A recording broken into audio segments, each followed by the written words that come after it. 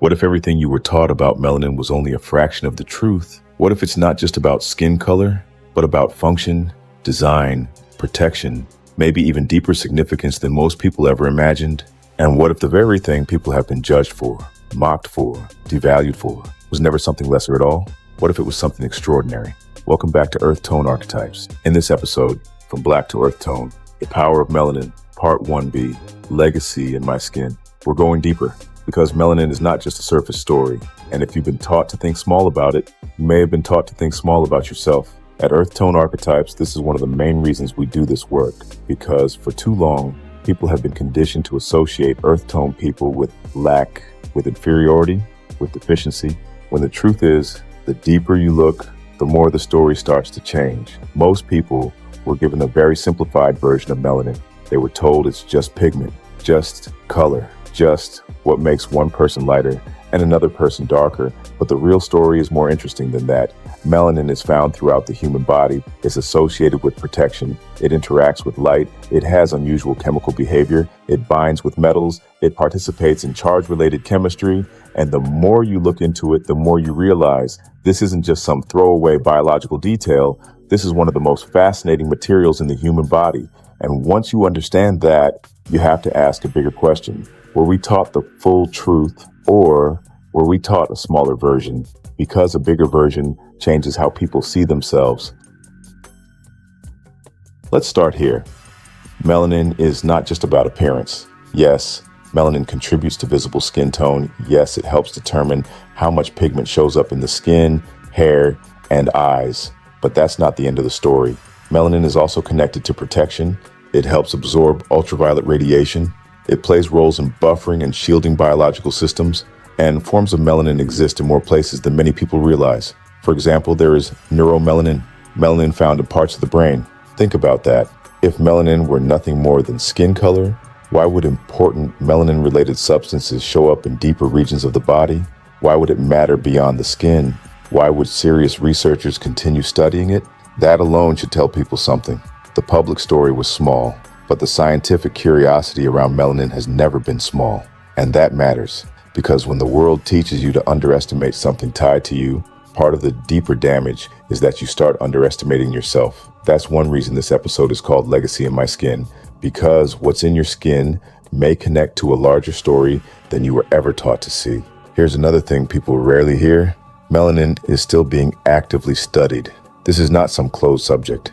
It is not some little side note in biology that everybody figured out decades ago and moved on from. Researchers around the world continue to study melanin because it remains biologically, chemically, and medically interesting. There have been major melanin-related conferences and scientific gatherings over the years focused on its properties, functions, and possible applications. That should wake people up, because powerful institutions do not continue giving time, attention, and resources to something unimportant. So while the average person may have been given a watered-down explanation, serious people in science have continued asking deeper questions. That contrast matters. Just the public got the simplified version, but researchers kept digging.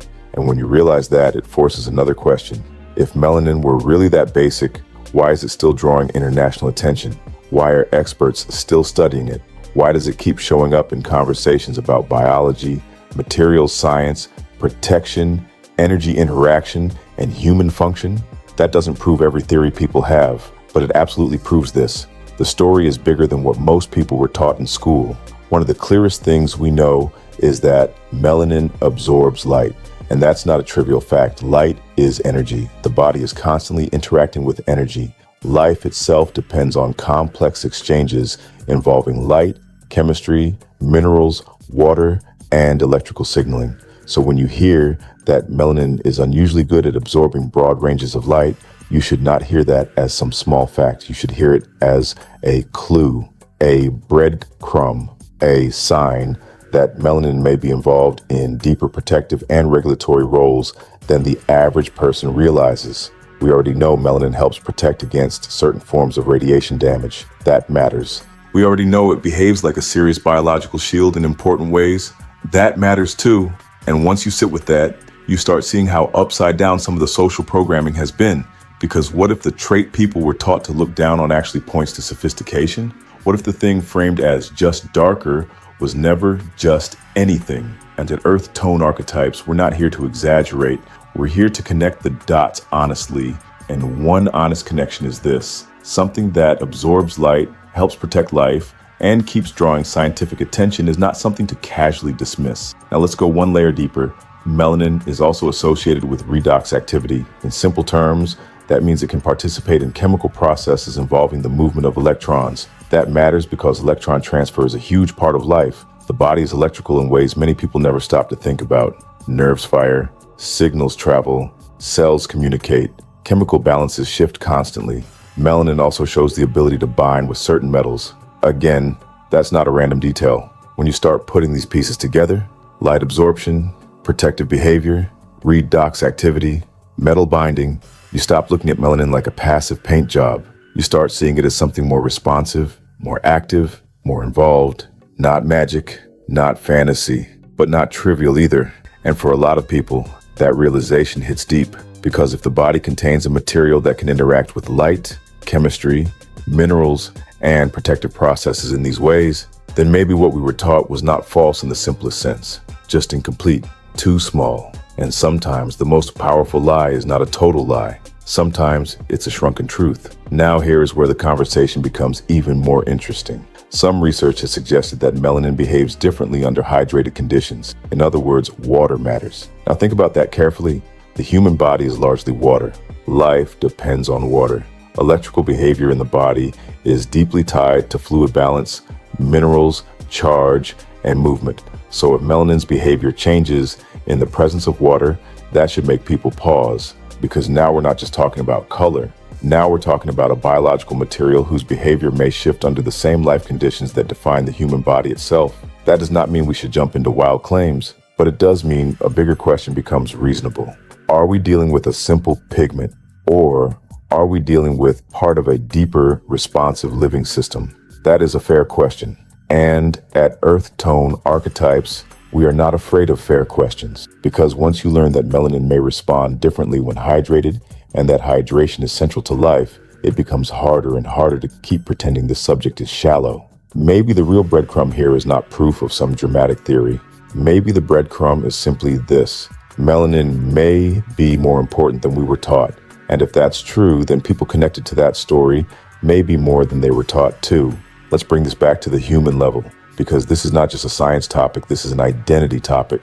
For generations, many earth tone people were taught to associate themselves with lack, deficiency, backwardness, and shame, not directly in every sentence, but through imagery, through language, through omission, through what was emphasized and what was minimized. And when that happens long enough, people start carrying a smaller image of themselves.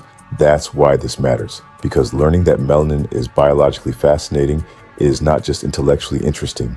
It can be emotionally corrective. It can restore a sense of worth, not superiority, not arrogance, not hate, worth, depth, design. Because realize this: you may be carrying more complexity, more intelligence, more design, and more value than you were ever taught to see in yourself. And it is not overstating to say this: we are more than we've been taught. That is one of the core messages of From Black to Earth Tone, the power of melanin. And it's one of the reasons the phrase legacy in my skin matters, because legacy means inheritance. It means something passed down. It means what you carry is not random. And if you've been taught to see your inheritance as lesser, then part of healing is learning to see it again with clear eyes. Now, to be responsible, we have to say this clearly: there is a difference between what has been firmly established, what is strongly suggested, and what remains exploratory.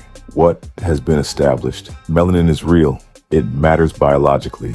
It absorbs light. It plays protective roles. It exists beyond just surface level appearance. It remains an active subject of scientific interest. What is suggested? That its broader functions may be more significant than the public has been taught. That its interactions with water, charge, metals, and chemistry deserve more attention than they usually get. What remains exploratory, exactly how far those implications go. And that's where wisdom comes in. We do not have to overclaim in order to understand that something important has been minimized. We do not have to pretend every theory is proven to understand that the standard public narrative was too shallow. That's the posture here. Grounded, open-minded, thoughtful, unafraid. And that's how truth should be approached. So let this episode sit with you. if melanin is more than pigment, if it is tied to protection, responsiveness, light interaction, deeper chemistry, and ongoing scientific fascination, then maybe this conversation was never just about skin. Maybe it was always also about value. Maybe it was about teaching people to overlook something extraordinary while living inside of it every day. At EarthTone Archetypes, we are here to challenge that smaller story. We are here to restore perspective, to restore worth, to restore questions people should have been asking all along, because you are not just what you were labeled. You are not just what history reduced you to, and you are not just what shallow narratives allowed you to imagine yourself to be. You come from more. You carry more. You may be more. That is the deeper current running through Legacy in my skin. Not ego, not fantasy, not division, recognition. And maybe that recognition is exactly where healing begins. If this episode spoke to you, subscribe to EarthTone Archetypes. Like the video. Share it with somebody who needs a bigger frame for this conversation. And in the comments, tell me this. When you hear the phrase, legacy in my skin, what does it mean to you? And do you believe we've been taught the full story about melanin, or just the smallest version of it? This is EarthTone Archetypes. Remember who you are. Remember what was hidden. And remember this, you are worth more than you were taught.